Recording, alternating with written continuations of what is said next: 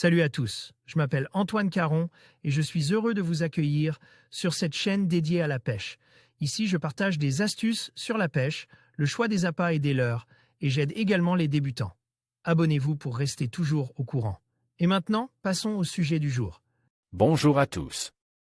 Aujourd'hui, je vous emmène dans un voyage fascinant à travers l'univers de Comme des sauvages. Dans cette vidéo, nous allons explorer les inspirations derrière cette marque unique, son approche audacieuse de la mode et comment elle redéfinit les codes du style contemporain. Je partagerai également quelques anecdotes sur mes pièces préférées et ce qui les rend si spéciales. Restez avec moi pour découvrir comment, Comme des sauvages, allie créativité et authenticité dans un monde en constante évolution. C'est parti. La claque selon le rapport de synthèse 2022 de la directive cadre européenne sur l'eau, DCE, seuls 43,1% des masses d'eau de surface du bassin hydrographique français est en bon état écologique, 11 407 masses d'eau référencées toutes catégories confondues. Pour faire simple, moins d'un cours d'eau sur deux est en bonne santé. C'est peut-être la rivière que vous traversez tous les matins en voiture qui souffre en silence. Et pour planter le décor, 67% de ces masses d'eau de surface, 7646 sur les 11 407, sont en risque élevé pour ne pas réussir à atteindre les objectifs environnementaux, dont le bon état écologique en 2027, au France Bulletin numéro 4, synthèse 2019 des états des lieux.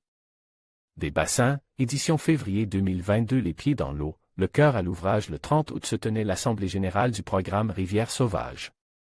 Plaidoyer, protéger, préserver les derniers joyaux écologiques de notre bassin hydrographique en France, c'est la mission du programme de labellisation Rivières sauvages.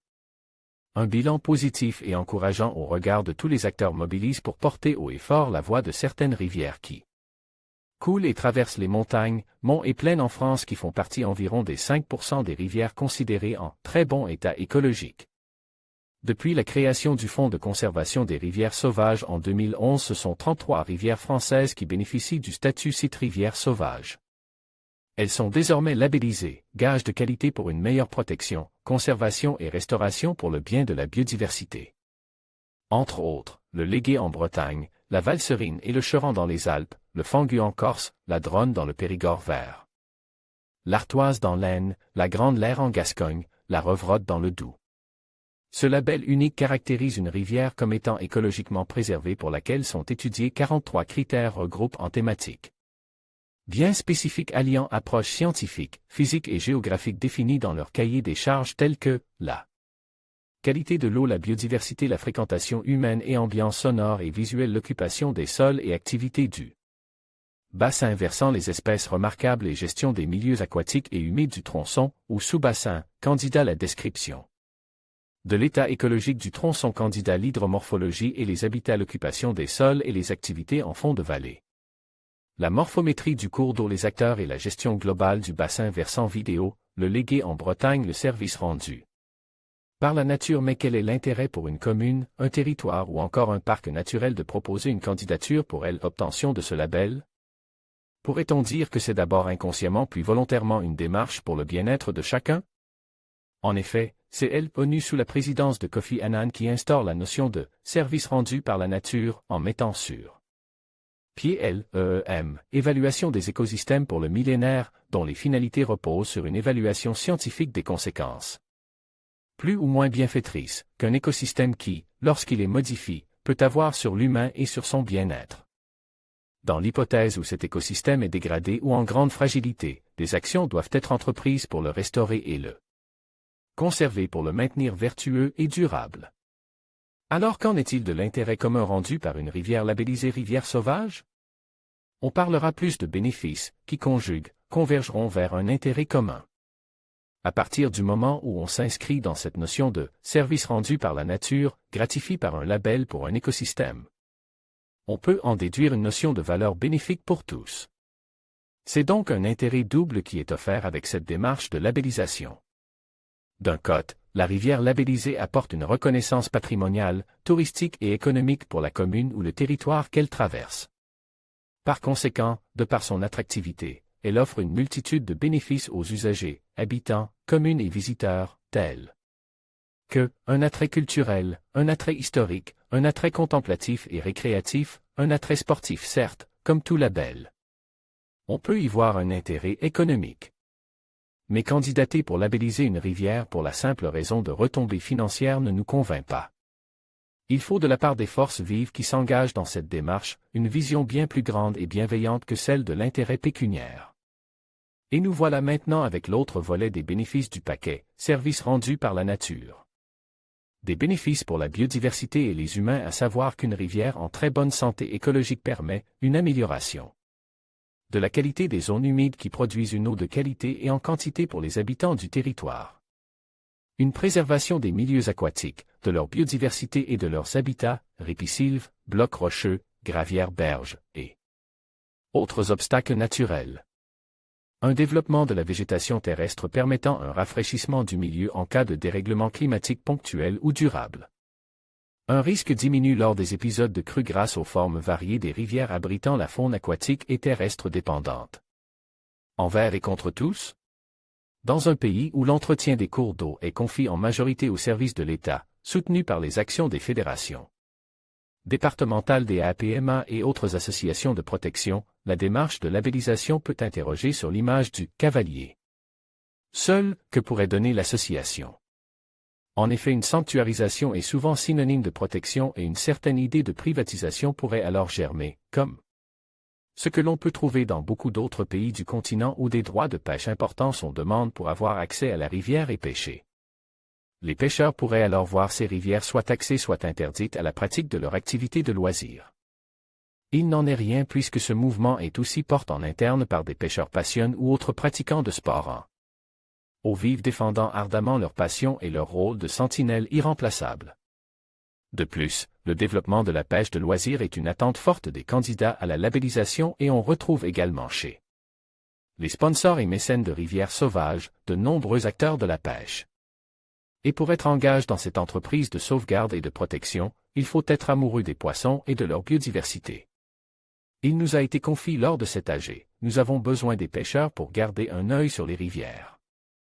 L'action, moteur d'exemplarité, nous avons donc choisi de soutenir Rivières Sauvages, car cette approche de la qualité de l'eau, de la protection des zones humides et de sa biodiversité rejoint nos valeurs de pêcheurs responsables et militants. Néanmoins, on pourrait se poser la question devant le peu de rivières concernées, tout ça pour ça? Car en effet, aujourd'hui devant la grande fragilité des cours d'eau en France, tous les acteurs qui agissent positivement pour la protection des cours d'eau et leur milieu aquatique, toute cette énergie collective qui leur est dédiée, est à la peine.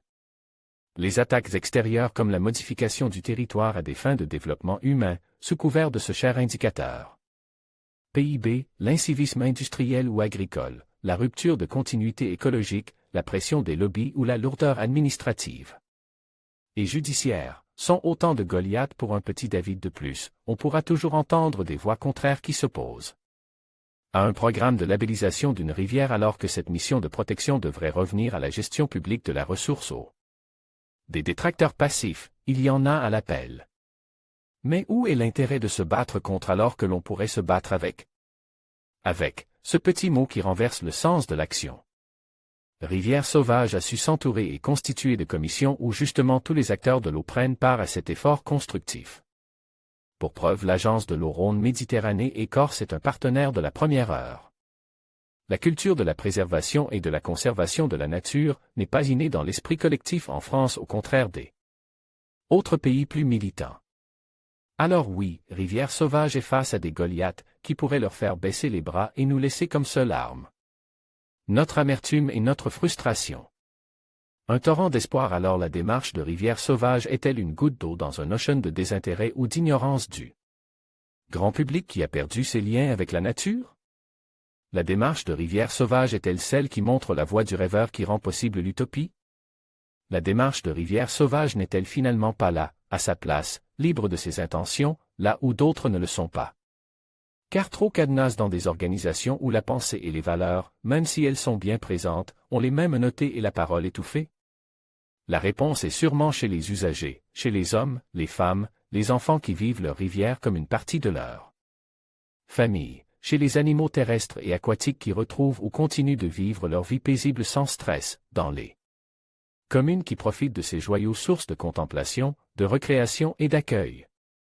Une autre réponse, et sûrement aussi pure que l'eau, celle des enfants qui sont pleinement participatifs dans ce programme avec la volonté de leur donner un espace d'expression et de leur transmettre cette notion de vivre ensemble avec les cours d'eau. Médiateur, nous sommes adhérents et partenaires à Rivière Sauvage. C'est un petit geste, mais plus qu'une adhésion, c'est le fait de pouvoir savoir qu'il existe aussi ailleurs, une autre dynamique.